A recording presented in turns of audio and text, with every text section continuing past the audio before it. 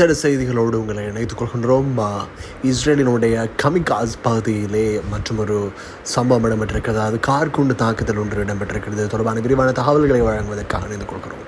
இஸ்ரேலின் தலைநகர் Tel Aviv பிராந்தியத்தை அண்மித்த பகுதியிலே இஸ்ரேலினுடைய பிரஜைகளை இலக்கு வைத்து நடாத்தப்பட்ட கார் குண்டு தாக்குதலில் 3 படுகாயமடைந்தும் 2 காயங்களுக்குள்ளான நிலையிலும் வைத்தியசாலையில் அனுமதிக்கப்பட்டுள்ளதாக சர்வதேச செய்திகள் தெரிவிக்கின்றன. இஸ்ரேலின் முக்கியமான வணிக மத்திய நிலையமாக இது கருதப்படுகிறது. இந்த பகுதியில் இது திட்டமிடப்பட்ட கார் குண்டு தாக்குதலாக இடம்பெற்றிருக்கலாம் என்று இஸ்ரேல் பாதுகாப்பு படைகளை மேற்கோள் காட்டி சர்வதேச செய்திகளை வெளியிட்டிருக்கின்றன. இதேவேளை சம்பவம் தொடர்பில் மேலதிக விசாரணைகள் தொடர்வதாக இஸ்ரேல் பாதுகாப்பு படைகள் அறிவித்துள்ளன.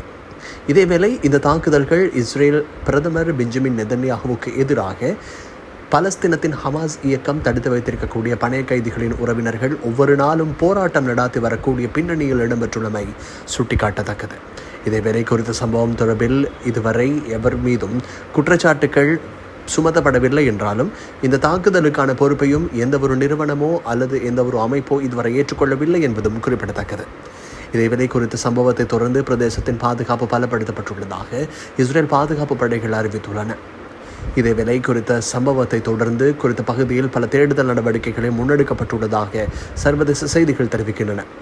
இது பெரும்பாலும் திட்டமிடப்பட்ட குற்றச்செயல்களுள் ஒன்றாக இருக்கலாம் என்றும் இது பெரும்பாலும் இஸ்ரேலுக்கு எதிரான நிலைப்பாடு உள்ள எவரேனும் ஒருவர் அல்லது ஏதேனும் ஒரு குழு இணைந்து நடாத்திய தாக்குதலாக இது இருக்கலாம் என்றும் சந்தேகிக்கப்படுகிறது.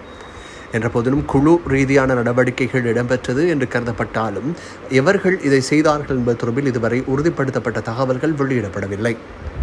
இதேவேளை குறித்த காரிலிருந்து புகை மூட்டம் கிளம்புவதும் தீப்பிழம்பாக அது தெரிவதும் காணொலிகளில் காண கிடைக்கிறது. இஸ்ரேல் பிரதமர் பெஞ்சமின் நெதன்யாகு தன்னுடைய சொந்த நடவடிக்கைகளுக்காக பணைய கைதிகளின் உயிரை தியாகம் செய்வதற்கு முனைகிறார் என்ற ஒரு குற்றச்சாட்டை போராட்டத்தில் ஈடுபட்டுள்ள மக்கள் தெரிவித்துள்ளனர். இஸ்ரேல் பிரதமரினுடைய சொந்த ஆட்சி நீடிப்புக்காக பணைய கைதிகளின் உயிரை பணயம் வைக்கும் செயற்பாட்டை இஸ்ரேல் பிரதமர் முன்னெடுப்பதாகவும் அதனை தாங்கள் வன்மையாக கண்டிப்பதாகவும் இஸ்ரேல் பிரஜைகள் தொடர்ந்தும் தெரிவித்து வருகின்றனர்.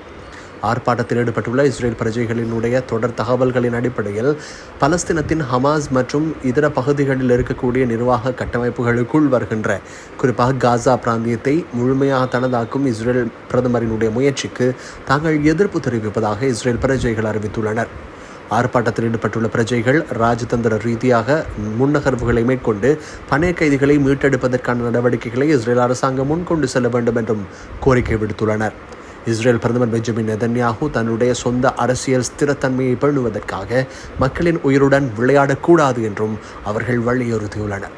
இதேவேளை குறித்த தாக்குதல் சம்பவம் இடம்பெற்றதனை தொடர்ந்து பிரதேசத்தில் இருக்கக்கூடிய மக்கள் சற்றே பீதியில் உறைந்திருப்பதாகவும் சர்வதேச செய்திகள் தெரிவிக்கின்றன. தொடர்ந்து இணைந்திருங்கள் அன்பான நேயர்களே.